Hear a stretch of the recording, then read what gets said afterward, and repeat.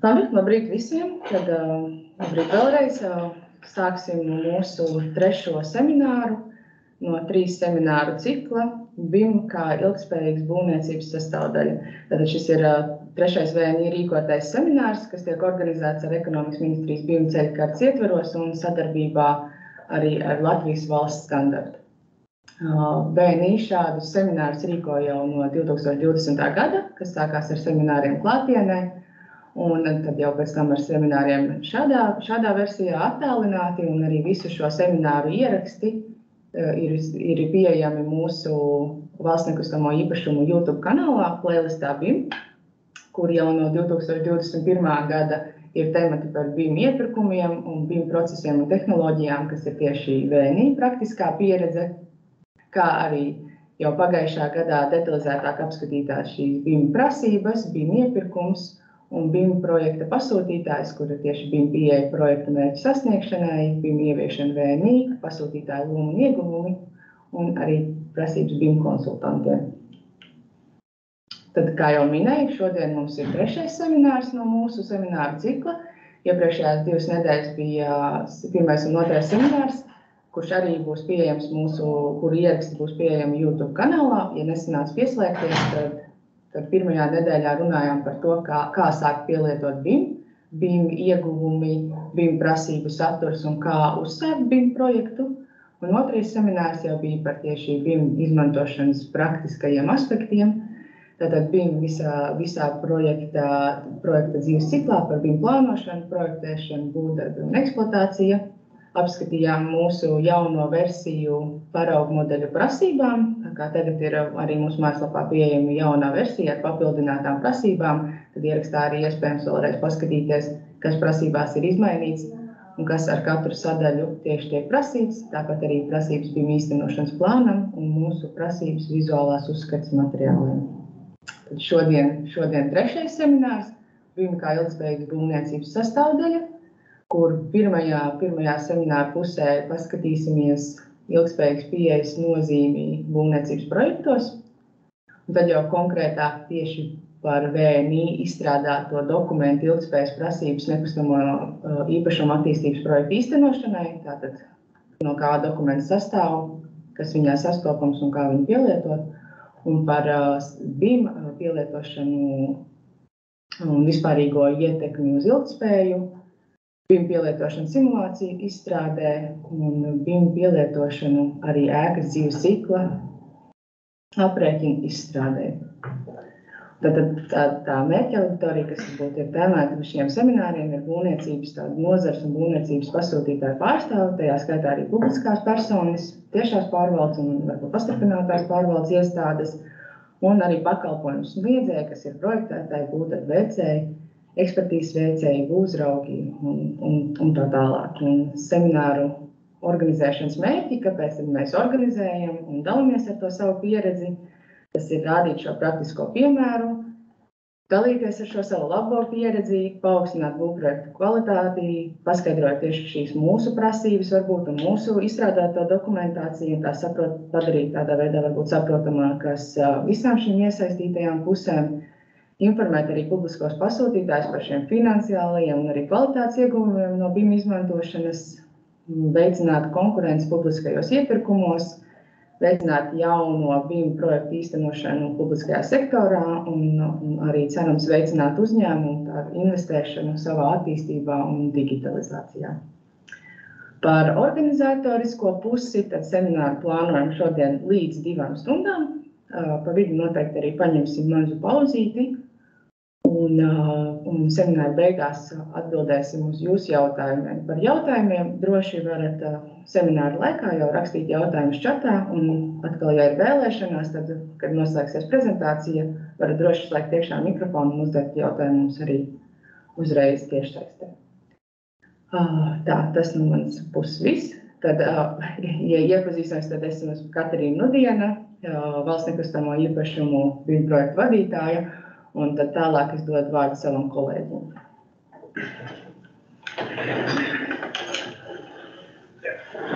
Sveicināti! Esmu Kristaps Šaisbergs, arī projektu vadītājs, BIM projektu vadītājs valsts nekustamajos īpašumos.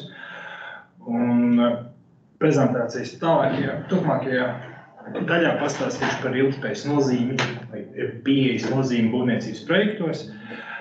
Šeit gan gribētu arī atzīmēt to, ka mēs esam šī procesa un ceļa sākumā šobrīd VNI, līdz ar to daudz no stāstītā vairāk būs tāds tā kā tas, ko mēs esam šobrīd apguvuši apmācību ceļā un ceram ieviest tuvākajā laikā savos projektos. Tā kā no praktiskā pieejas un pieredzes projektos pagaidām vēl, diemžēl, šogad nevarēsim stāstīt tik detalizēti un padziļināti, bet cerams, ka nākamgad jau varēsim stāstīt ar reāliem piemēriem no projektiem par to, kā ilgtspējīgi risinājumi tiek ieviesti un izmantot dažādos projektos. Tātad, ja mēs runājam par ilgtspēju, tad kas tad īsti ir šī ilgtspēja kā tāda?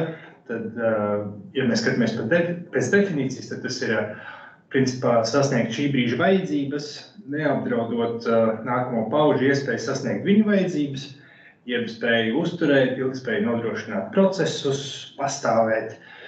Ir dažādi tie termini, bet viņi visi vairāk vai mazāk runā par vienu to pašu. Kad mēs skatāmies uz to, kā mēs mēģinām sasniegt šo ilgtspēju, mēs bieži vien sadalām viņu 3 daļās – ekonomiskajos aspektos, vides aspektos un sociālajos aspektos. Par to arī vēlāk stāstīsim, kā mēs esam savu dokumentu strukturējuši, principā ievērējuši šos pašus principus un aspektus. Tad kā mums līdz šim veicās sasniegt šos mērķus, kurus mēs runājam par ilgtspējīgu būvniecību, tad NASA veido apkopojumus par pētījumiem, kas ir veikti vairāk gadu gājumā par zemeslodes fiziskajām īpašībām un kā tā ir mainījusies šo pēdējo 100 un vairāk gadu gājumā. Tad, ja mēs skatāmies jau detalizētāk, mēs redzam, ka pēdējo 100 gadu laikā ir diezgan ievērojams kāpums gan globālajās temperatūrās, ja ir kāpuši šīs temperatūras, un arī kāpuši CO2 līmenis. Ko mēs varam redzēt, ka mēs principā, kad fiziskās īpašības šobrīd Zemē samērā nopietni mainās, un tas arī principā maina apstākļus un dzīves kvalitāti uz Zemes, par ko arī varētu runāt par to, kad ja mēs skatāmies uz to pašu CO2 līmeņiem, tad skatoties uz šo nogriezni, kas ir principā gandrīz viss cilvēks garumā, kas sākās jau principā 800,000 miljonus gadus pirms šī brīža, mēs redzam, ka mēs esam pēdējos 100 gadu laikā iekāpuši tādā CO2 līmenī, kāds nav bijis gandrīz miljonus gadu. Šos pētījumus un mērījumus veids veidojot urbumus ledājos, Antarktīdā un Grenlandē, un no urbumiem ņemtais ledus principā darbojas līdzīgi kā koks, pārzāģēts koka celms, kur var redzēt skaitīt gadus. Katru gadu var redzēt, tā arī ledu, principā pa slaņiem viņu kausējot, var nolasīt CO2 līmeni, kāds ir bijis tajā laikā atmosfērā, kad sniegs ir nokritis un pievienojas ledājumam. Tad, principā, mēs redzam, ka šis līmenis ir, nekad nav bijis tik augsts, ko ir daudz runāt. 88.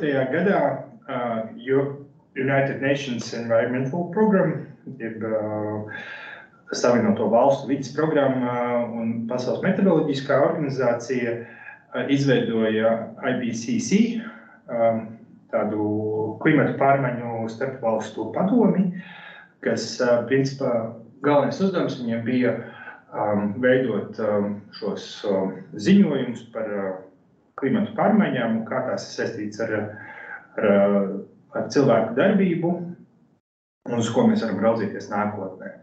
Tad pagājušajā gadā tika izdoti vairāk šie ziņojumi, un šī gada sākumā tika izdots pēdējais ziņojums 6, kas arī apkopo ļoti daudz vērtīgas informācijas tieši par to,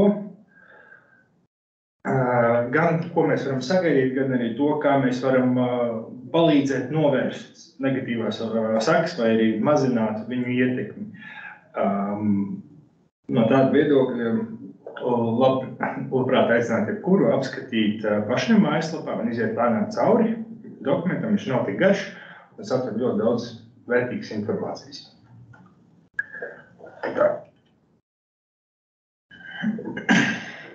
Tātad šajā ziņojumā parādās tendences, kad kā vienmēr šobrīd, nevis kaut kad vēlāk, bet šobrīd ir tas brīdis, kad daudz kas ir no svara. Un, ja mēs skatāmies, tad darbības un lēmumi, kurus mēs pieņemam šobrīd, ietekmēs ne tikai nākamās paudzes, bet arī mūsu vecumdienas, nākamo 50 gadu laikā.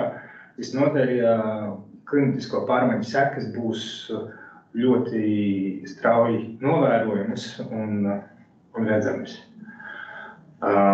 Šeit tika veidoti vairāki modeļi, kas tā kā cerēja prognozēt labākos scenārijus, sliktākos scenārijus un arī pieņemtās policijas, jeb lēmumus un apņemšanās, kuras citas valsts ir pieņēmušas un kā tās atspoguļojas. Par to arī nākamajā slaidā un aiznākamajā slaidā stāstīšu. Tad izgriezums no šī ziņojuma parāda, ka ja mēs esam nonākuši šobrīd šajā brīdī, kad temperatūras pieaug un ir vairāk tie scenāriji. Respektīvi, optimistiskais scenārijs, un šobrīd mēs tā skatāmies, ka tas ir no 1,5 līdz 2,5 grādu pieaugumam, kas nozīmē to, ka šīs pārmaiņas ir manāmas vairākos jomās. Tas ir principā līdz 2,5 grādu pieaugumam, tas skaitās optimistiskais scenārijs, runājot par 50. gadu, kas ir pēc 25 gadiem jau principā situācija, kur mēs varam novērot. Tas ir pēc aprēķiniem. Tad, ko klimatiskās pārmaiņas vairāk vai mazāk ietekmēs? Viņas ietekmē bioloģisko daudzveidību, ļoti aktīvi parasti runā par tādām lietām kā koraļu rifu izušanu, zem ūdens jūras līmeņa celšanos, kas ietekmē daudzas tieši valstis, kas ir tuvāk, varbūt Austrālijai, tajā reģionā, jo tās ir, principā, tieši ietekme viņiem. Bet, ja mēs skatāmies Latvijā, tad Latvijā ļoti manām tiks redzama ietekme tieši meža ugunsgrēkos, tie strauji pieaugs karstumu, līdz ar karstumu viļņiem pieaug arī mežu un porkoku ugunsgrēku varbūtības, bioloģiskās daudzveidības zudumi un koku ilgmūžība, jo kokiem principā, lai augtu un mežiem pastāvētu, ir nepieciešams arī diezgan spēcīgs augstais periods, lai izbēgtu kaitēkļi. Tātad, tas ir tas tā kā drūmais un pesimistiskais scenārijs, varētu teikt, ne? No drūmā un pesimistiskā, varētu teikt, optimistiskais, jo, ja mēs skatāmies 2070. gada prognozes, tad sliktākajā gadījumā mēs jau skatāmies uz 3 grādu pieaugumu, kas ir, principā, šeit viss iezīmēts sarkans, kad ir, principā, viss šīs sistēmas lēnām sabrūk. Tātad, bet pētījums arī pats par sevi parāda tos risinājumus vai potenciālos saucamais low hanging fruits, jeb ko mēs varam ar maziem līdzekļiem darīt, lai uzlabotu stāvokli un nonāktu šajā zilajā iezīmētajā teritorijā. Tā kā tas, ko mēs varam darīt un kas tiek uzsvērts kā viens no tādiem efektīvākiem veidiem, ir enerģētikas joma, kur ir jāizvēlas enerģētikas joma, kur principā ir zaļā enerģija no saules baterijām, no vēja. Tas ar mazām investīcijām ļautu sasniegt jau diezgan labus rādītājus tieši gada CO2 izmešu līmenī. Ja mēs skatāmies tālāk, atkal, ko mēs varam varbūt no personīgā līmeņa darīt, tad diezgan interesants fakts ir tāds, ka nav apzināts,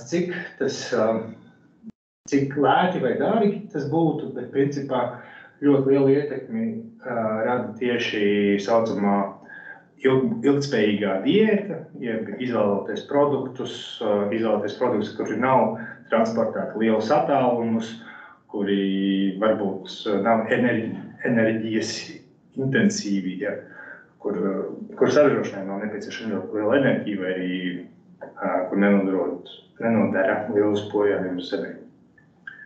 Piemēram, palmu sēļu un tā tālāk. Un vēl šeit es gribēju izcelt no personīgā līmeņa, ko mēs varam darīt, ir ļoti interesants aspekts, ka ļoti daudz ēdienas bieži vien tiek izmests ārā. Tas arī savā ziņā asociējās ar CO2 izmešiem, tādā ziņā, ka kaut kas tiek saražots, pēc tam tiek izmests ārā, līdz ar to tas arī kaut kādā mērā nonāk atkritumos, izniekots. Tālāk, ja mēs skatāmies uz būvniecības sektoru, būvniecības sektors ir ļoti īpatnējs tajā ziņā, ka, lai būvniecības sektors ir ar lielu īpatsvaru tajā ziņā, kad ar atbildīgumu par CO2 izmešiem un enerģētiku, ir kādas izmaiņas, kas asociējās ar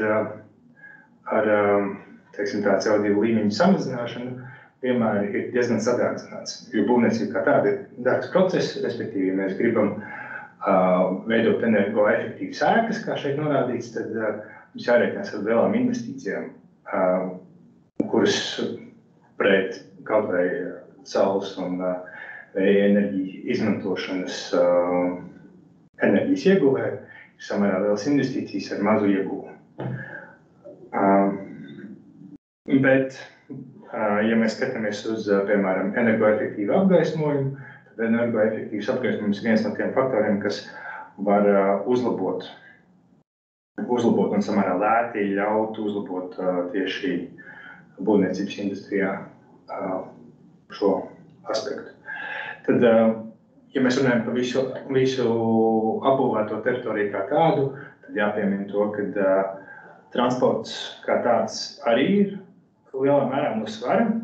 Ja mēs runājam par personīgo transportu, tad lieli ieguvumi ir redzami izmantojot publisko transportu vai privāto transportu kā velosipēdu. Tad interesants aspekts ir šeit arī minēts, kad ir ieguvums, protams, arī kaut kāds asociēts ar elektriskajām automašīnām, bet viņu ir grūti prognozēt, par cik elektrisko automašīnu cenas šobrīd ir samērā mainīgas. Viņas kādreiz bija dārgākas, tagad mazliet lētākas, bet visā visumā tas nav zināms, cik lēti vai dārgi ir firmām un lielām kompānijām pāriet uz elektriskajiem transportiem, tikai tāpēc, ka tas ieguvumi nesīs, bet tas nav zināms, cik dārgs tas ieguvums būs. Bet, ja mēs skatāmies uz energoefektīvu automašīnu iegādi un lietošanu, tad tur arī ieguvums ir diezgan liels. Šeit vēlos norādīt, ka automašīnas, ar kurām brauc Latvijā, visnotaļ ir varbūt zaļākas. Ja mēs skatāmies globāli, tad mēs redzam, tomēr, ka ir ļoti daudz automašīnas, kas rada ļoti liels CO2 izmešus citu valstu. Piemēram, tāpat Āfrika, Indija, ASV. Jā, būvniecības industrijā vēl vēlētos uzsvērt to, ka ieguvums var redzēt, kas samērā arī ir diezgan dārgi no investīciju viedokļa, tieši industrijas enerģijas patēriņa mazināšanai, jeb būvmateriālu izstrādēji un būvniecības procesu optimizēšanai. Tie visi procesi, protams, prasa līdzekļus, bet kopumā, ja mēs skatāmies uz 2050. gadu, tad ir prognozēts, ka ir iespējams samazināt līdz 66% būvniecības sektorā tieši šīs emisijas.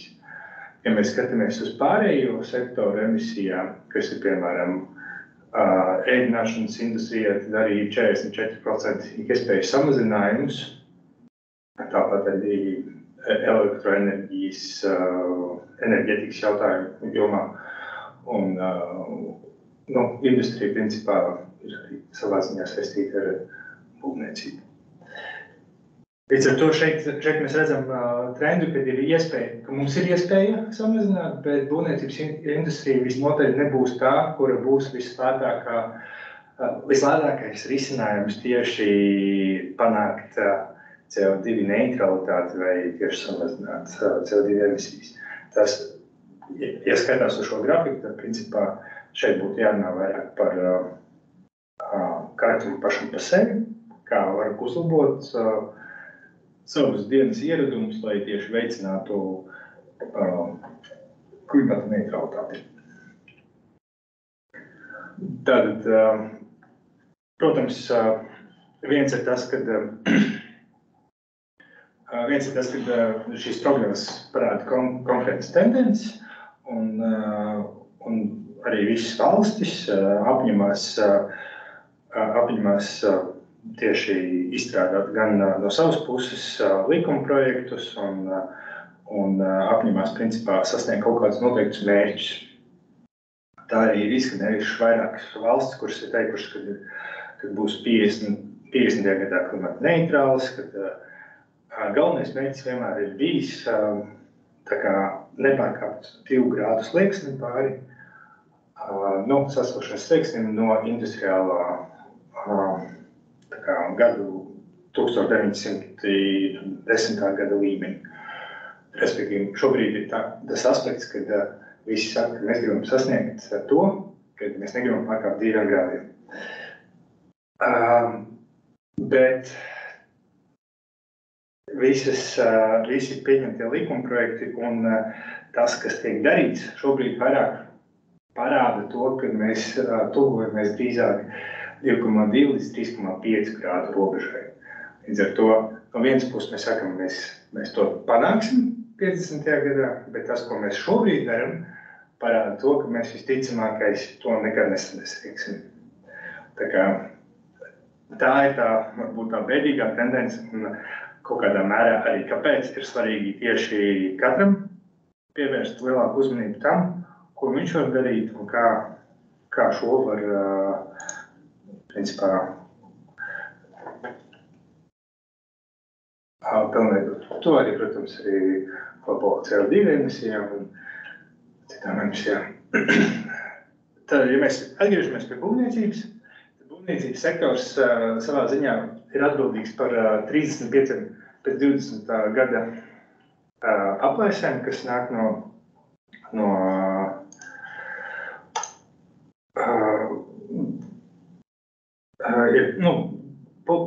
publiski pieejamiem datiem pēc 20. gada aplēsēm.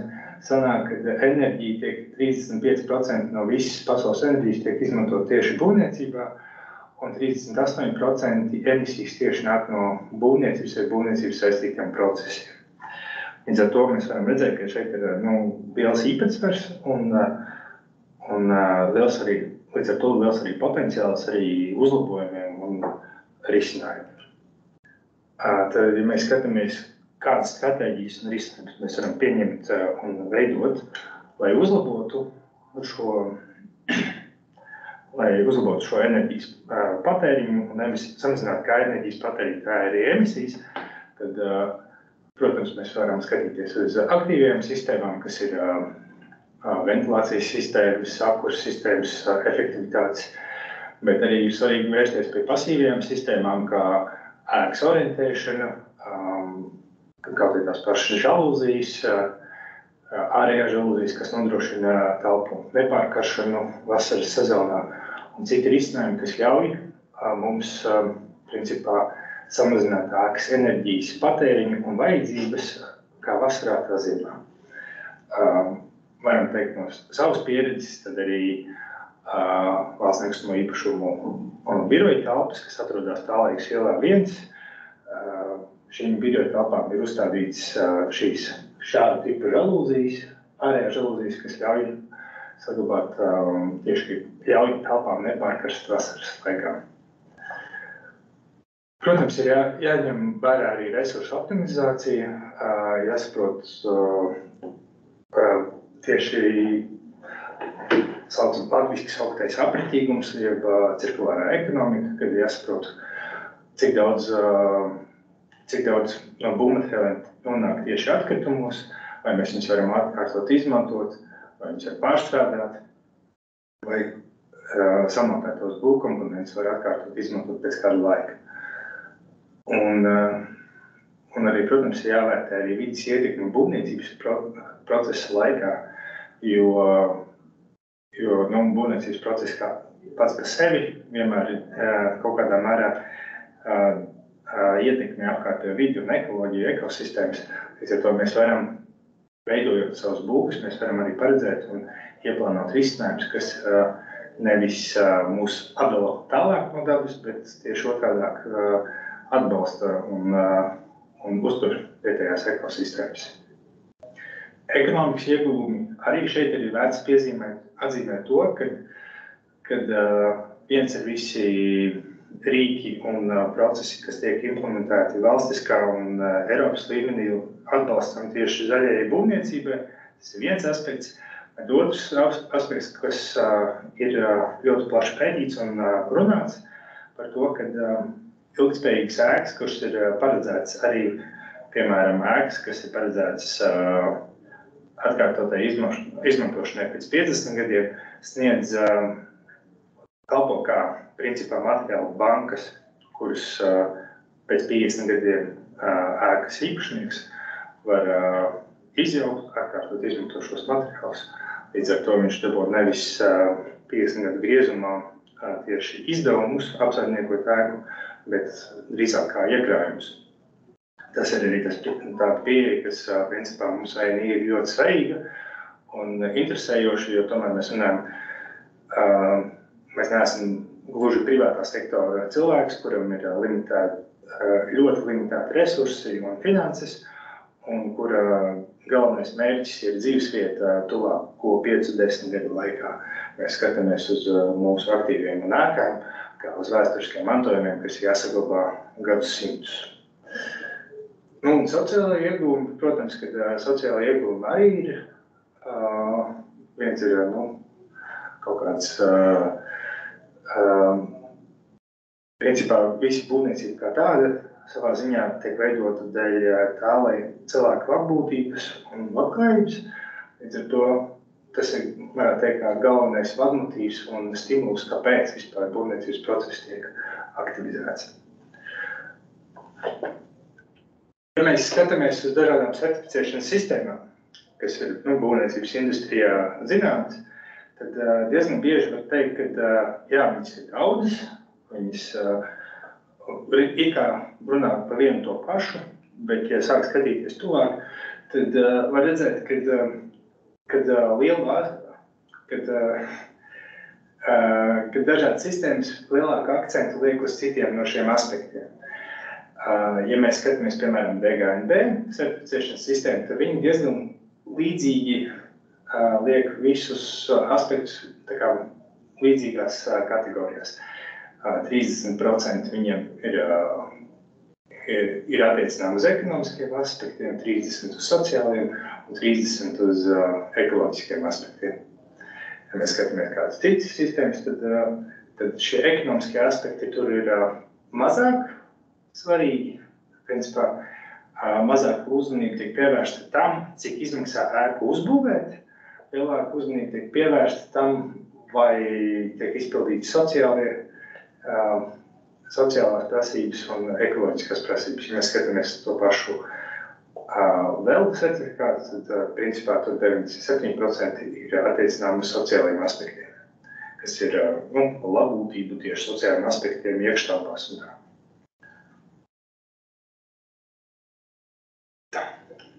došu vārdu Klaudijai. Jā, paldies, Krista.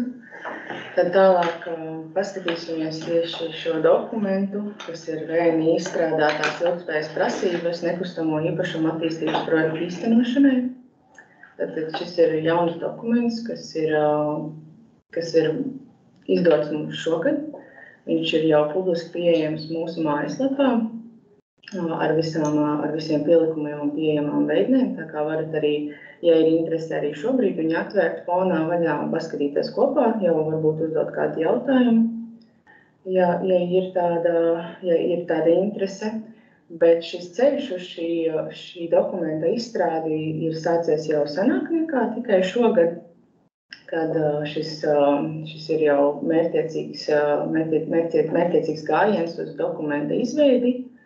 Un līdz ar to mēs esam strādājuši arī pie tā, lai apgūtu, kas ir aktuāls šajā jomā un devušies uz dažādām mācībām, kas ir jau tikko kolēģi pieminētās dažādu certificēšanas sistēmu rīkotās mācības, piemēram, DGNB kursi, tāpat Active House un arī šī BREEAM mācību programma. Un mums jau ir viens pilotu projekts, kurā daļēji šīs ilgtspējas prasības ne tādā versijā, kā šobrīd publicētas mājaslapā, bet ir pielietotas, ar kurām jau var kaut kādā veidā jau gūstam pieredzi un atkal jau varam uzlabot mūsu izstrādāto dokumentu. Un tad šis mērķis, kāpēc vispār šāds dokuments no mūsu puses tiek izstrādāts, tas pirmkārt būtu, lai nodrošinātu ilgtspējīgu un uz zaļas būvniecības principiem balstītu būvniecības projektu īstenošanu. Otrakārt, lai virzītu šo projektēšanas un būvniecības procesu uz videi un cilvēkiem draudzīgu un ekonomiski liederīgu risinājumu meklēšanu, gan arī izstrādi un izbūvi. Un tas galvenais tāds virsmērķis būtu sniegt ieguldījumu ar vidi un klimatu saistītu izaicinājumu risināšanā, un tāds ieguldījums ilgtspējīgākas ekonomikas attīstībā un kopējās zaļās būvniecības kustības veicināšanā. Tad, skatoties par to, kā dokuments ir vispār arī mums plānots pielietot mums pašiem, kāda pieeja ir līdzīga kā BIM dokumentācijas izmantošanā, kura jau tad tiek pielietota mūsu projektos.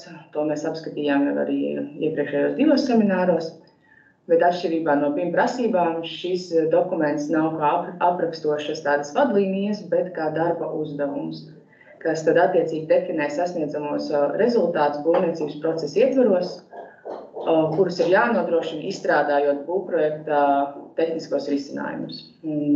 Dokuments ir šī darba uzdevuma sastāvdaļa, kurā ir apkopotas prasības attiecībā uz ilgtspējīgajiem risinājumiem. Bet šis dokuments ietver ne tikai šīs gala rezultātu prasības, bet arī pašu procesu un aprakstu attiecībā uz sasniedzamo rezultātu uzskaiti visā projekta dzīves ciklā. Un tātad neatkarīgi no projekta garuma, bet katrā projekta posmā ir attiecīgs un zināmas darbības un rezultāti, kādi ir nepieciešams sasniegt un kas tad ir jāpaveic. Pats šis dokuments pats par sevi ietver sevi maksimālo prasību saturu un komplektu, bet tad atkal ņemot jau vērā katra projekta specifiku un individuālās prasības, to ir iespējams pielāgot pēc apjoma un satura katrā individuālajā gadījumā. Fokus dokumentam ir tieši uz praktisko ilgtspējas prasību izstrādi un izbūvi, netērējot finanšu līdzekļus certificēšanas procesam un kādai starptautiski atzītai certificēšanas sistēmai, bet savukārt, ja ir šī nepieciešamība vai vēlēšanās attiecīgo būvprojektu vai ēku certificēt, tad šie apkopotie materiāli un pielietotie risinājumi var būtiski atvieglot šo procesu pēc tam.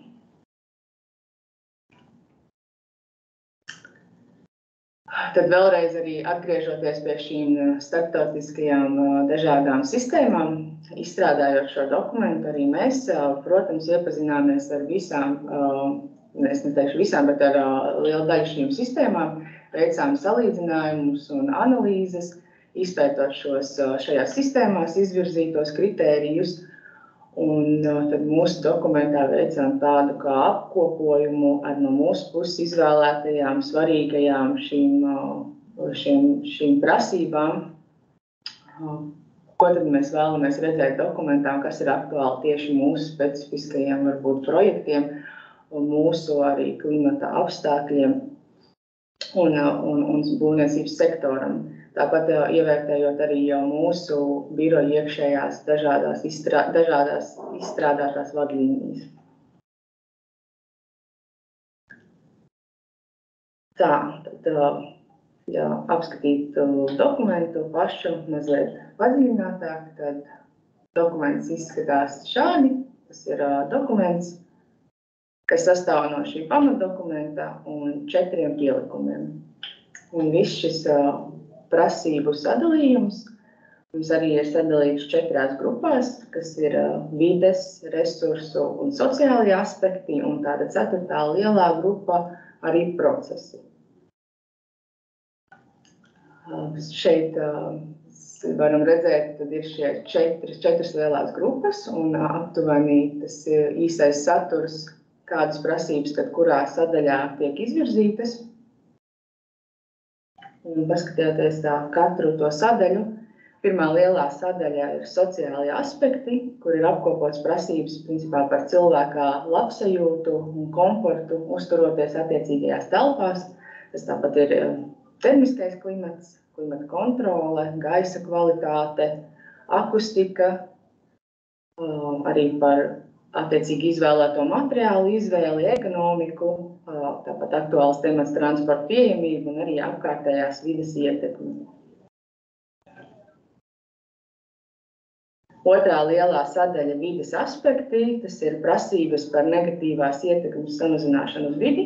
Un šie risinājumi varbūt nedod tik daudz kā ekonomiski ietaupījumi, bet vairāk koncentrējas uz tādu labvēlīgu ietekmi uz vidi, kur mēs apskatām, kā organizēt un pārvaldīt konstrukcijas materiālus, apbūves ietekmi uz apkārtējo ekosistēmu, un tas pats arī piesārņojums gan būvniecības laikā, tāpat arī sadzīves atkritumu kontekstā.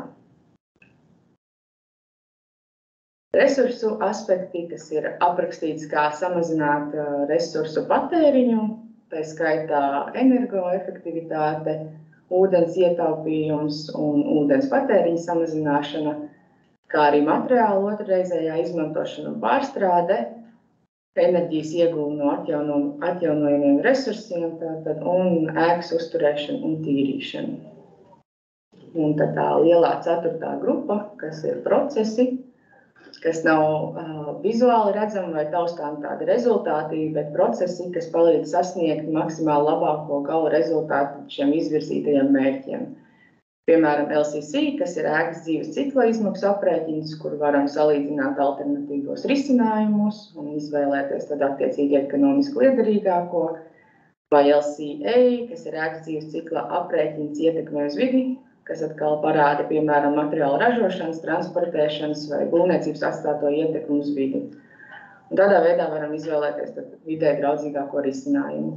Un būs informācijas modelēšana, BIMS saistībā arī ar šiem ilgtspējas procesiem, kā tas palīdz un atvieglo šo pieeju. Un par šīm 3 sadaļām tad arī prezentācijas beigās pastāstīsim detalizētāk.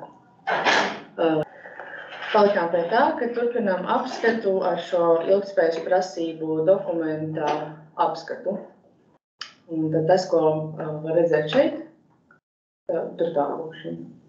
Tas, ko var redzēt šeit, ir tipiskā lapa no dokumenta. Tā, tūlīt mums mazliet ir tehniskie pārpratumi. Nesaskaņojumi. Tā, tad šeit ir tipiskā lapa no dokumenta.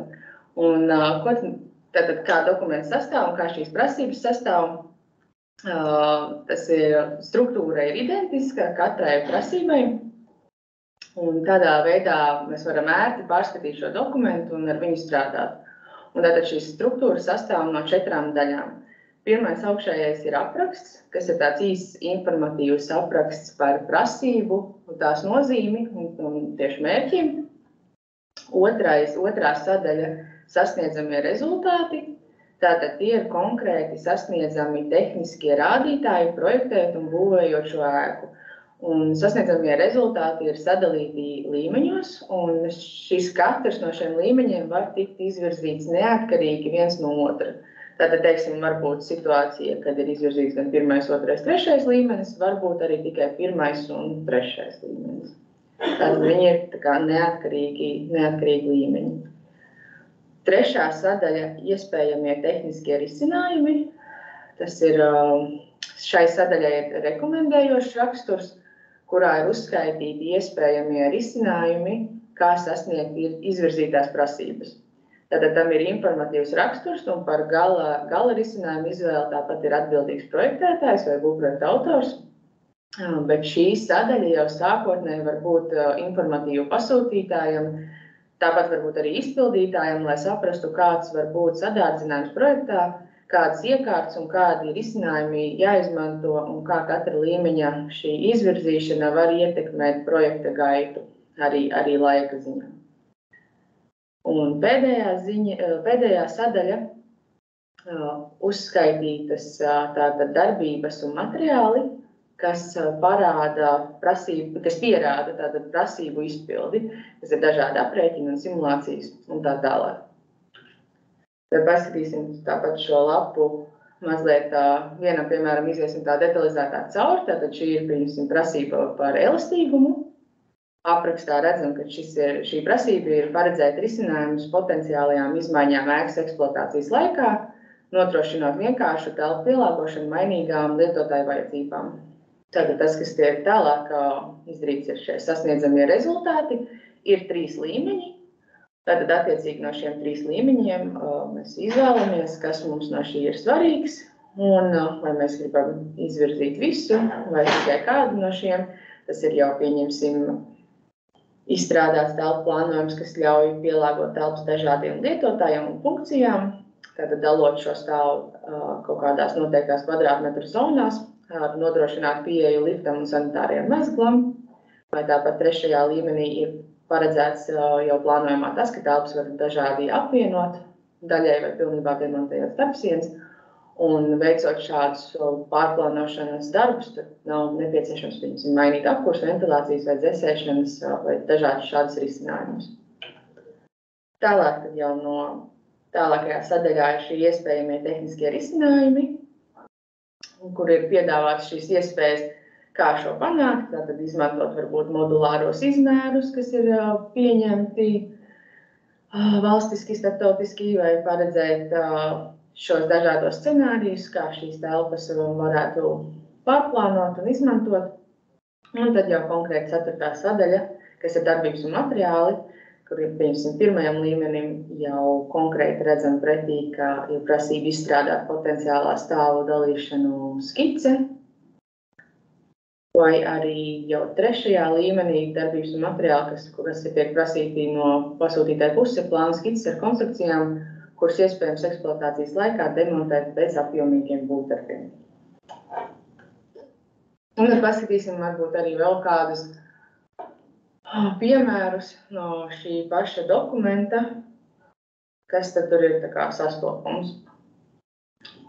Kas mums ir viena no prasībām, teiksim, prasība 5.3, kas ir iekštelpu gaisa kvalitāte, kas ir svarīgs rādītājs tā kā ikdienas dzīvē, kas nosaka gaisa kvalitāti iekštelpās, kas tieši atkal ietekmē cilvēku labsajūtu un produktivitāti, un tiešā veidā ietekmē arī mūsu darba ražīgumu, tātad jo labākais kvalitāte, jo zemāks CO2 līmenis un labāk jūtamies.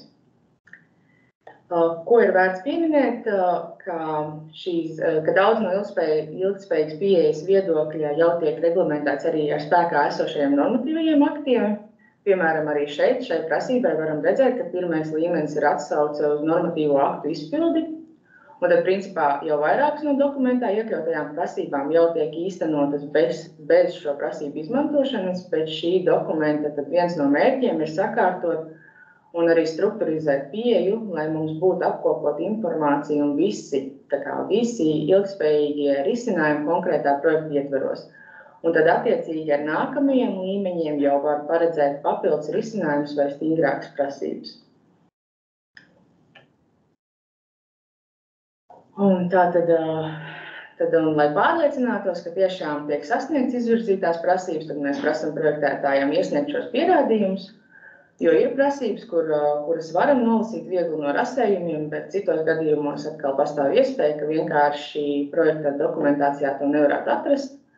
Un tāpēc tiek prasīt šie aprēķini, kas pierāda to, ka ņemot vērā projekta parametrus, rādītājs tiek sasniegts. Kā teiksim, šajā kritērijā pie darbībām un materiāliem pirmajam līmenim mēs sagaidām gaisa kvalitātes aprēķinu telpām, tāpat arī aprēķini gaisa apmaiņai, vai, teiksim, trešajā līmenī jau ir izstrādātas zonu dalījumu skices,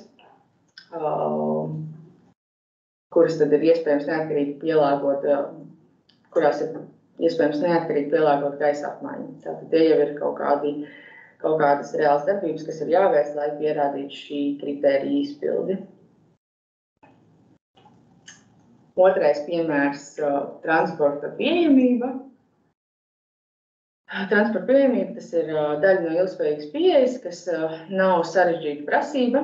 Tur arī ir izvirzīti vairāk līmeņi, sākot ar velo novietnēm, ēkas lietotājiem un apmeklētājiem, tā arī uzlādes stacijas mazajai elektromobilitātei, kas ir skrējriteņi, skūteri un beidzot ar uzlādes stacijām elektroautomobīļiem. Un līdz ar to tad arī paredzam jau kaut kādus iespējamos tehniskos risinājumus, tad ko nodrošināt, kādā veidā, kādas arī šīs novietnes. Un šeit atkal savukārt piemērā darbības un materiāli netiek izvirzīti nevienam līmenim, jo tas tie risinājumi, kurus mēs jau varētu viegli arī nolasīt no projekta dokumentācijas. Nākamais piemērs ir konstrukcijas un materiāli. Šajā gadījumā ir izvirzīti salīdzinoši daudz līmeņi un ir liels iespējas, kā viņus sakombinēt un ko tieši izvirzīt attiecīgajā projektā un kā samazināt šo būvniecības procesu ietekmi uz vidi. Piemēram, ir iespēja paredzēt prasību, ka būvdarba laikā ir izmantot materiāli, kur ir paņemti no citu objekta, kas ir šie savukārt atkārtoti izmantojumi materiāli. Un mēs varam noteikt arī kādu procentu, kas ir obligāti jāparedz projekta risinājumos, un tajā pat laikā varam paredzēt arī to, ka tiek izmantot materiāli, kurus pēc tam varēs izmantot atkārtot, piemēram, pie pārbūves vai demontējot ēku, un kad viņus varēs atkal izmantot citā objektā. Tā arī ir līmenis par šo certificētā kokmateriāla izmantošanu. Šie piedāvātie iespējamie tehniskie risinājumi. Un tad šī gadījumā jau pie darbībām un materiāliem atkal mēs prasam vai nu šīs produktu vides deklarācijas vai arī certifikātus, teiksim, kokmateriāliem vai jau kaut kādus atsevišķus aprēķinus. Un tad pēdējais piemērs, tas ir par enerģijas ieguvumu no atjaunojamiem resursiem.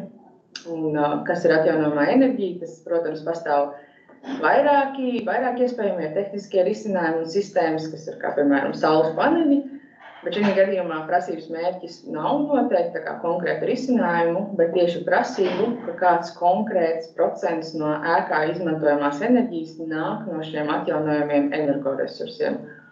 Un tas ar kādiem tehniskajiem risinājumiem tas tiek sasniegts, tas jau atkal savukārt paliek tad projektētāja atbildība, kur attiecīgi, kad viņš ar aprēķiniem pamato savu izvēli. Un tātad mums nav tas mērķis ierobežot ar kādiem konkrētiem risinājumiem, bet tieši varbūt vērst uzmanību uz attiecīgo problēmu un ilgtspējas jautājumu.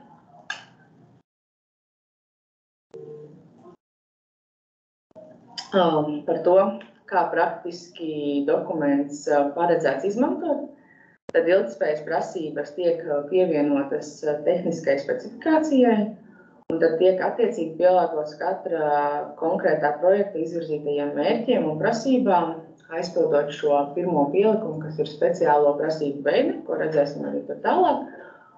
Un tad tas kopā šis komplekss veido šo darba uzdevumu.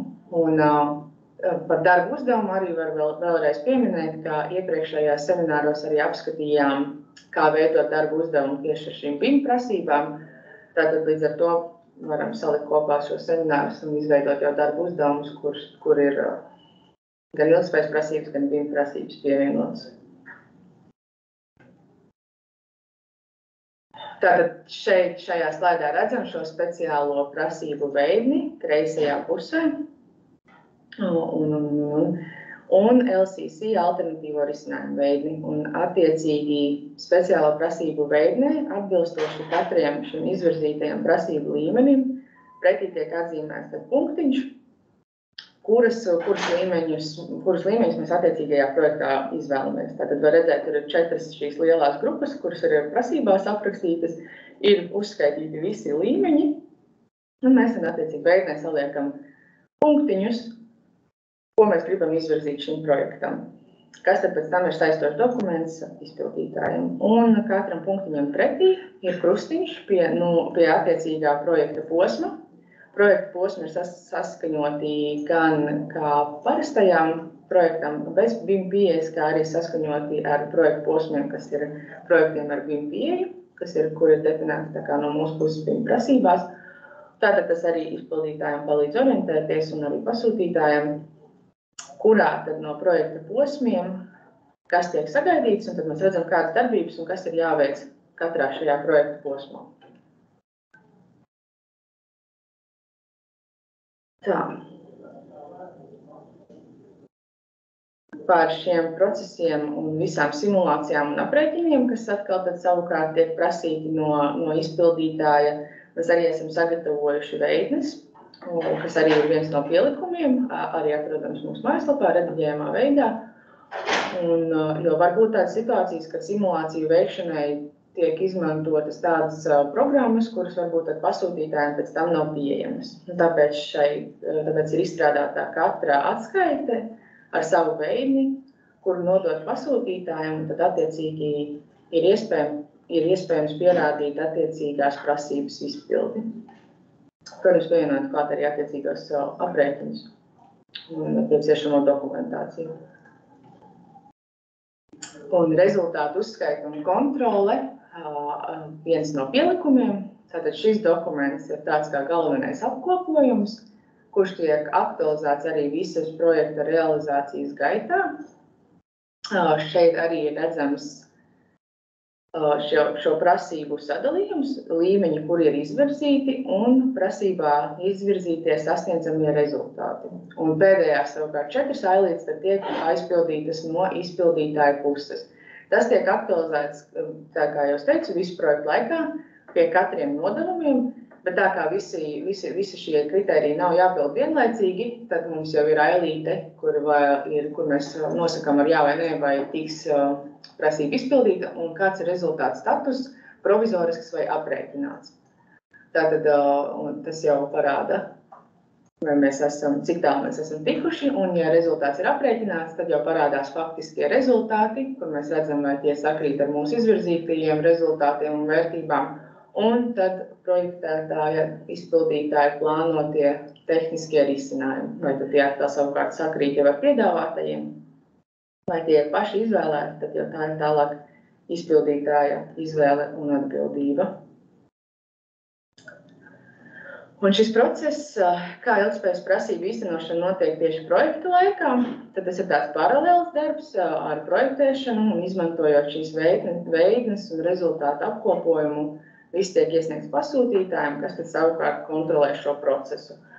Un tad līdz ar to projekta beigās mums ir šī savāktā un apkopotā informācija ar konkrētiem risinājumiem un rādījumiem, kas ir izdarīti ēkā, kā rādīja tad iepriekšējā šī veidne.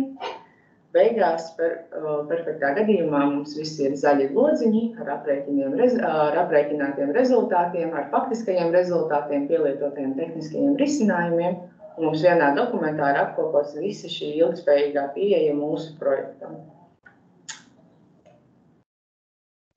Un par šī dokumenta nākotni, tātad mēs viņu pielietosim jau pilna ciklā projektos saskaņā ar mūsu izstrādātajām prasībām un attiecīgu specifiku. Turpinām strādāt pie iekšējās kvalitātes vadības un kontrolas sistēmām šim dokumentam, kā arī runājot par iepirkumu procesu, izstrādājam kritērijus saimnieciski visizdevīgākā piedāvājuma noteikšanai. Un, protams, ka dokuments tiek un tiks aktualizēts attiecībā pret dažādām izmaiņām, varbūt normatīvajā regulējumā un mūsu praktisko pieredzi. Un viens šobrīd no aktuālākajiem un svarīgākajiem punktiem, tātad no nākamā gada janvāra spēkā stājas šis zaļā publiskā iepirkuma likums.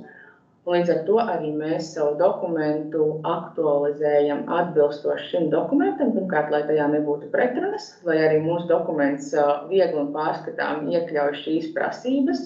Tātad iepirkuma laikā varam iekļaut šo dokumentu un redzēt, ka visas šīs zaļā publiskā iepirkuma prasības arī ir iekļautas, un varam vēl papildus izvirzīt prasības, kuras mums ir aktuālas tieši attiecīgajam projektam. Vai varam arī savākt viņus jau ar šī dokumenta palīdzību arī šo minimālo komplektu, kas ir normatīvi akti un zaļā publiskā iepirkuma likums. Jā, tālāk dod vārdu Kristapam.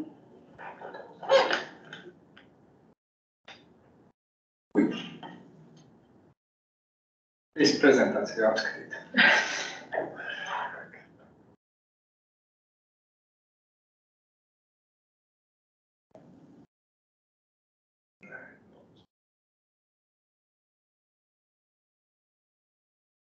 Jā.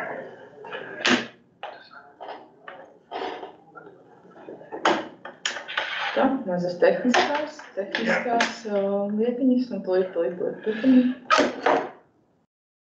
Jā, tā. BIM pielietošanas vispārīgā ietekme uz ilgtspēju. Ja mēs skatāmies no BIM pielietošanas un realizāciju, tad viņa sniedz diezgan daudz iegūmus gan projektēšanas, gan būvniecības laikā, gan arī apsaimniekošanas laikā. Līdz ar to no procesa viedokļa var uzskatīt, ka BIM projekta īstenošana un realizācija pat par sevi būtībā ir kā ilgspējīgs risinājums. Bet, ja mēs jau sākam skatīties tā kā detalizētāk, tad mēs varam izdalīt, ko tad sniedz šī BIM pieeja tieši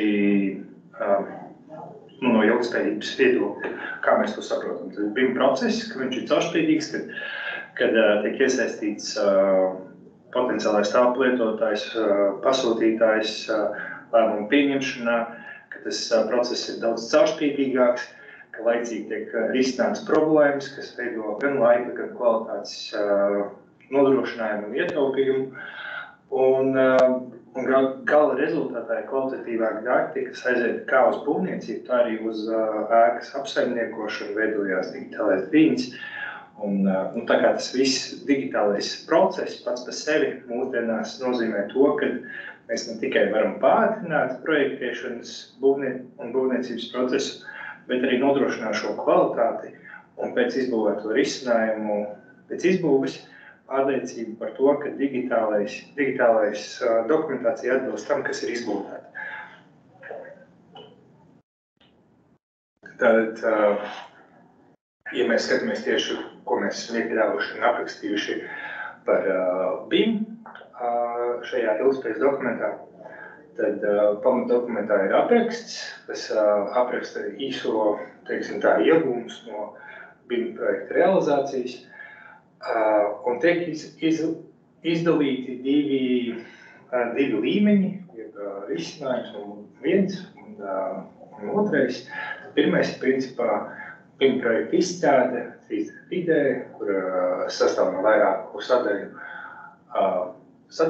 moduļiem, un kad ir noteikts arī minimālais grafiskās detalizācijas līmenis, ir noteikts tas, ka jābūt šeit pievienotai informācijai, ir jābūt arī, principā, atvērtā formāta tipa datiem. Pret otrā līmenī jau tiek diezgan skaidri definēts tas, kad BIM tiek izmantots simulāciju un aprēķinu veidošanai, un tur, principā, šos iegūmus mēs redzam jau pastiprināts no tradicionālā BIM procesa. Līdz ar to, ja mēs skatāmies arī iespējamiem tehniskiem risinājumiem, mēs redzam, ka ir uzskaitīti tikai pāris, jo, principā, tie ir kā ieteikumi un cerība, kad projektētājs atradīs savus risinājumus un pielietos. Ja mēs skatāmies process kā tāds, tad mums, ja mēs skatāmies, tad attiecās uz pirmo izpildes līmeni, ko mēs esam arī stāstījuši iepriekšējos semināros. Tad, ja mēs parunāsim tagad par to otro līmeni, simulāciju izstrādi un ko mēs vēl varam iegūt no BIM procesa tieši kā no ilgspējības viedokļa, tad mēs varam izdalīt trīs galvenos pieejas veidus. Tātad trīs galvenos pieejas veidus ir iespējams veidot šīs simulācijas iekšā jau autorprogrammās, kas ir jau izstrādāts arhitektu vai inženieru programmatūrā un ļauj optimizēt gan konstrukcijas, gan, piemēram, veidot dažādas aprēķines un simulācijas akustikas vajadzībām un citus. Ir iespējams, izmantojot BIM modeļus, nolasīt šo ģeometriju no modeļiem ar fiziskajām īpašībām, tādā veidā pārceļot šos datus uz citām programmatūrām, kas ļauj veikt precīzus simulācijas un aprēķinus, lai noteiktu, vai tiek izpildītas noteiktās prasības un kā tieši var uzlabot šo ēku un risinājumu. Un materiālu apjomu nolasīšanu mēs uz BIM modeļiem paļaujamies ļoti uz to, ka apjomi un materiāli kā tādi, kas ir digitāli uzprojektēti, ka tie arī tie, kur tiks izvēlēti. Un principā uz to mēs arī paļaujamies, ka mēs varam no BIM modeļiem nolasīt ne tikai apjomus, principā mēs nolasām visus materiālu apjomus, lai veidot tālākos aprēķinus, izmantojot kaut kādu vienkāršu Excel. Tad, skatoties uz dažiem piemēriem, tad šeit ir nolasīta ģeometrija no BIM modeļiem. Šo ģeometriju mēs pārceļam uz citu programmatūru. Šajā gadījumā tas ir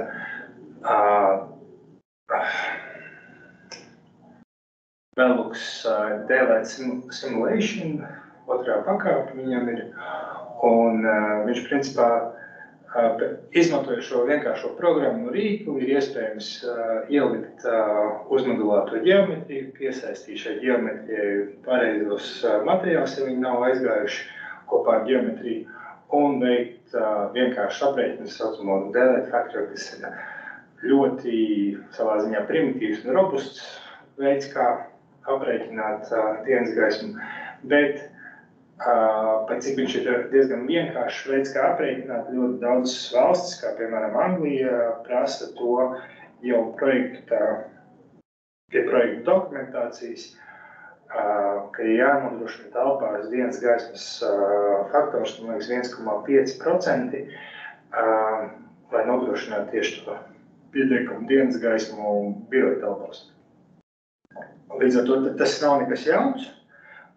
Ir ļoti daudz rīki, kas ir bezmaksas, kurus var izmantot, un mēs to arī veicinām un mudinām arhitektus izmantot, jo tas palīdz mums izprast, kurās vietās mums labāk izvietot ir galdus un darba vietas, lai plānotu darba vietas tā, ka ir pietiekami dienas gaisma, bet nevietojās apžūšanas risks, principā diskomforts dēļ parametrikas dienas gaismas. Tad, protams, tos dienas gaismas. Tad, man vēl, kad ir simulācijas, kuras mēs varam veikt iekšā jau BIM modeļos. Šis ir arī piemērs kā vidas piemības analīze, kad tiek analizēts tieši telpas, kuras ir uzprojektētas, ka tiek nodrošināts vidas piemības aspekts visās noteiktajās telpās. Arī labierīcībām ir nepieciešams izpildīt tieši vidas piemības prasības. Tas ir brīvā kustības augstums, apgriešanās rādījusi, vieta, kur nolikt ratiņkrēslu, tieši piekļuve pie izlietnes, lai būtu brīvā kustība zem izlietnes, To visu var izveidot ar vienkāršām masām, un BIM procesā mēs veidojam saucamās kolīzijas un pārliecinamies par to, ka neveidojās konflikti ar šīm masām, neveidojās konflikti ar arhitektūru, ar interjeru sadaļu, citiem risinājumiem, respektīvi, ka visi ir ievērojuši to, ka šajās zonās nevajadzētu atrasties kā mēbelēm, tā puķupodiem, tā citām lietām. Un tad, ja mēs skatāmies no informācijas nolasīšanu tieši no BIM modeļiem, tad mēs varam nolasīt arī vienkāršu informāciju, kuru izmantot vienkārši tādas 2D plakņu simulācijās vai arī 3D plakņu simulācijās, kas ir termisko tiltu aprēķini un rases punktu aprēķini, augstuma punktu. Šādas vienkāršas aprēķina metodikas dod mums pārliecību, ka izvēlētie materiāli neradīs problēmas renovējumās ēkās, kas mūsu gadījumā ir vairākums. Līdz ar to, ka šādus vienkāršus aprēķina metodiku ļauj mums pārliecināties par to, ka, piemēram, nosiltinot ēku, mēs neveidosies kondensāts kaut kur starp izolāciju un ārsienu, un tādā veidā pēc tam gadu laikā mums nebūs atkal pretenzijas no telpu lietotājiem, kad veidojās pelējums, mitrums, diskomforts un tādā garā.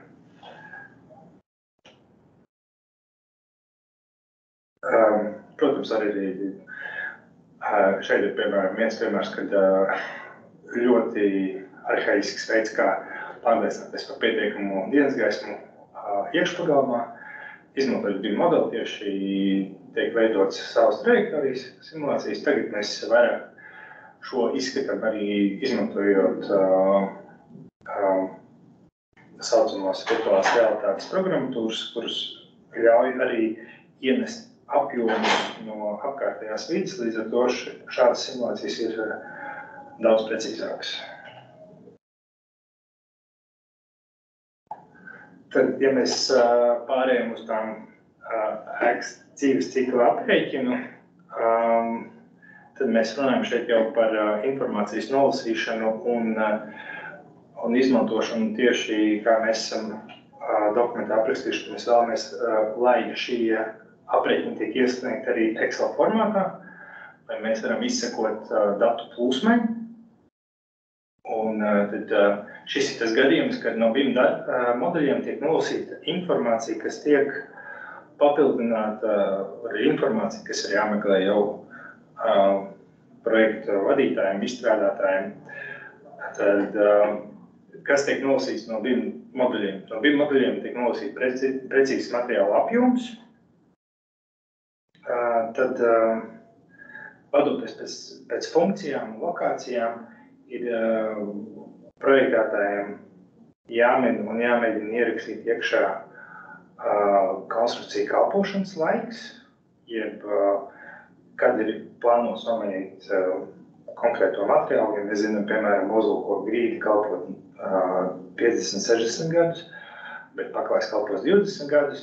Tas ir viens aspekts, bet saprotot to, kur šis materiāls ir nolikts, tad ir jārēķinās ar to, ka viņa kalpošanas ilgums var samazināties vai pagarināties. Un šie dati ir tie, kuri tiek likti iekšā šajā aprēķinā, tiek pielikt informācija par provizoriskajām apkopēm, cik apmēram varētu izmaksāt apkope un cik biežos intervalos viņi būtu nepieciešami. Šo parasti norāda ražotājs materiālam, kad ir, piemēram, nepieciešams dēļ grīdi nepieciešams reizi 2-3 gados pārlūkot. Tad tiek pievienotas sākotnējās izmaksas, kas nāk jau arī no projektēšanas procesa tāmas un darba veikšanas izmaksas. Un tas viss, šī visa informācija tiek apkopota un mēģināta tā kā strukturēt, lai izskatītu ēkas dzīves cikla izmaksu aprēķinu uz 50 gadiem. Pašā dokumentā ir 2 sasniedzamie līmeņi. pirmais sasniedzamais līmenis ir šis aprēķins, kurš izvēlētajiem risinājumiem parāda dzīves ciklu 50 gadu gājumā, un otrais līmenis jau salīdzina alternatīvos risinājumus. Respektīvi, ja mēs runājam par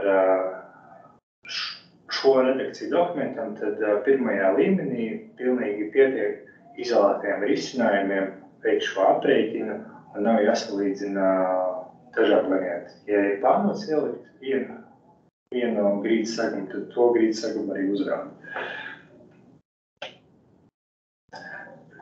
Šis būtu kā viens no piemēriem, kad šeit mēs varam redzēt sākotnējās izmaksas. Ir aplēstais kalpošanas ilgums, un šim kalpošanas ilgumam tiek arī piesaistītas izmaksas pie laika, respektīvi par kaut kādu noteiktu gadu intervalu tiek atkārtoti mainīts materiāls vai apkopes veikts.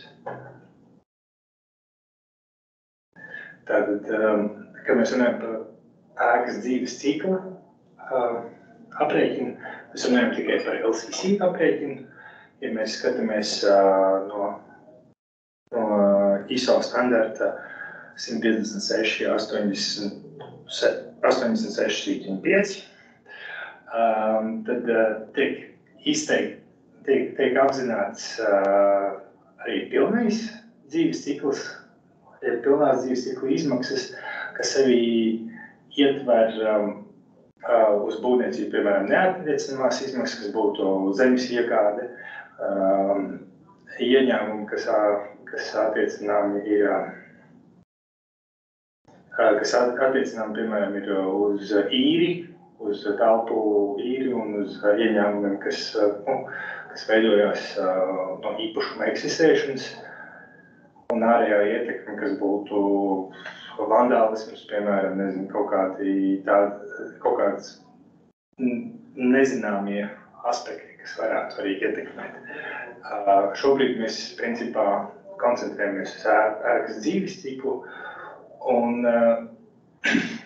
šobrīd mēs ēkas dzīves ciklā neizskatām vides izmaksas, jeb vides izmaksas, kas tiek strādā gan kā dotācijas, no valsts, kad tiek dot kaut kādi līdzfinansējumi, lai veidotu, teiksim, zaļāku būvniecību, un tas netiek ņemts vērā, un netiek ņemts vērā arī izmaksas, kas ir asociētas ar demontāžas darbiem un utilizācijas darbiem.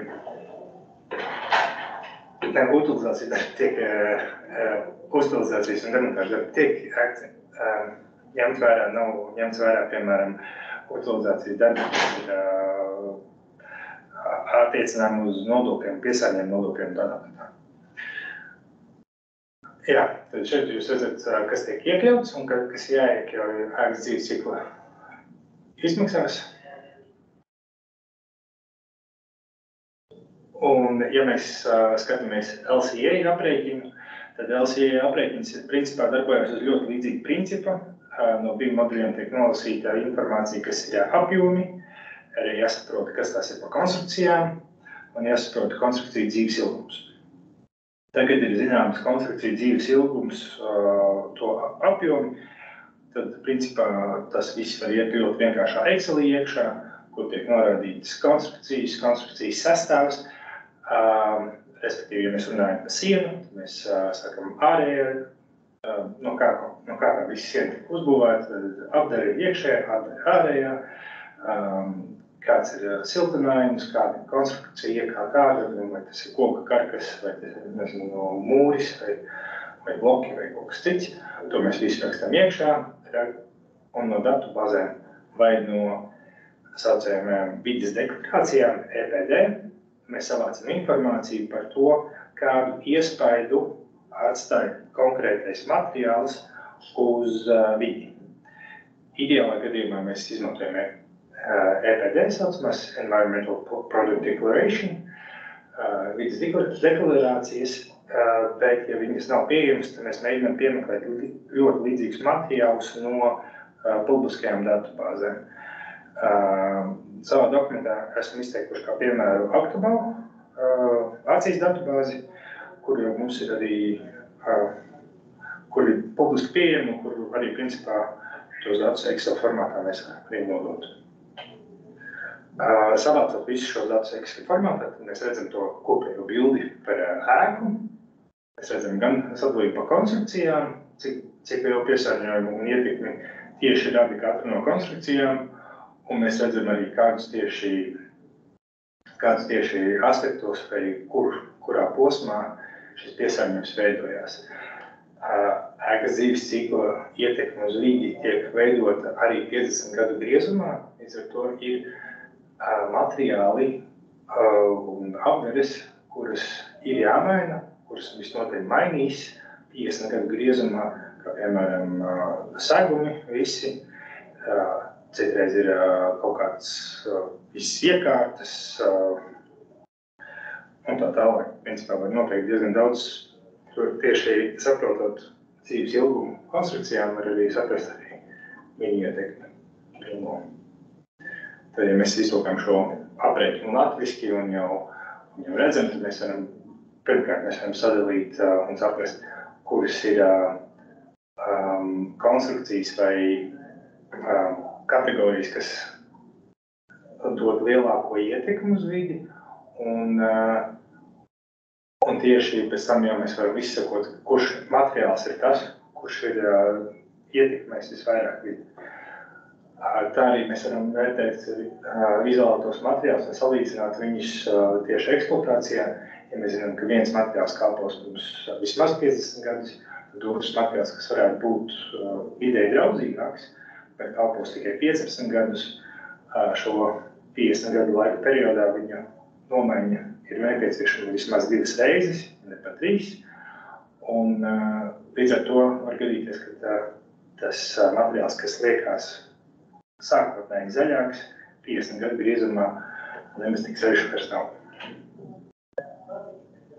Tad, ja mēs skatāmies par procesu, kā mēs ceram, kad šis process tieši LCC un LCA tiek ieviesta projektēšanas laikā, tad pirmkārt, vai ilgspējas prasības viņi ir izvirzījušas?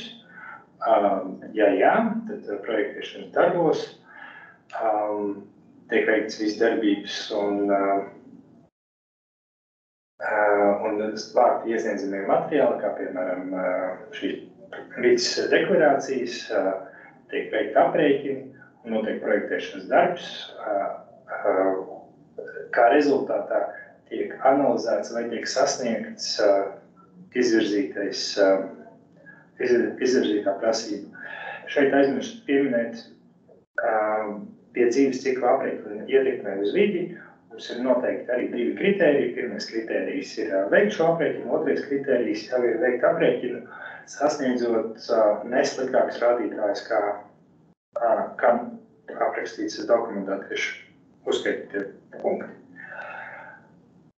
Respektīvi, ja ir izvirzīts otrais kritērijs, tad projektētājs projektē, vēlams maksimāli ātri pieņem lēmumus par konkrētiem materiāliem, konstrukcijām, sistēmām, kas ir plānotas šajā projektā, veids ļoti primitīvu ātru aprēķinu, lai saprastu, vai viņš var vispār cerēt izpildīt prasības. Ja nē, tad viņam jāmēģina saprast, kurā vietā vai kurš materiāls ir tieši tas, kas būtu jāmaina vai jāpielāgo, lai varētu izpildīt prasību. Tālāk jau šie visi aprēķini simulācijas tiek apkopoti, rezultātu uzskaits, formu un veidi un iesniegt mums. Bet procesā tieši svarīgi, ka tas notiek LCC un LCA aprēķins, ka netiek aprēķins uz pēdējo brīdi, ka viņš tiek integrēts tieši projektēšanas procesā, tādā veidā tiek pieņemti informēti lēmumi un principā mēs redzam to, kā LCC un LCA ir daļa procesā, projektēšanas procesa. Labi, paldies Krista. Tad šis viss bija tāds ieskats mūsu ilgspējīgajā pieejā, projektu īstenošanā un mūsu dokumentu apskats.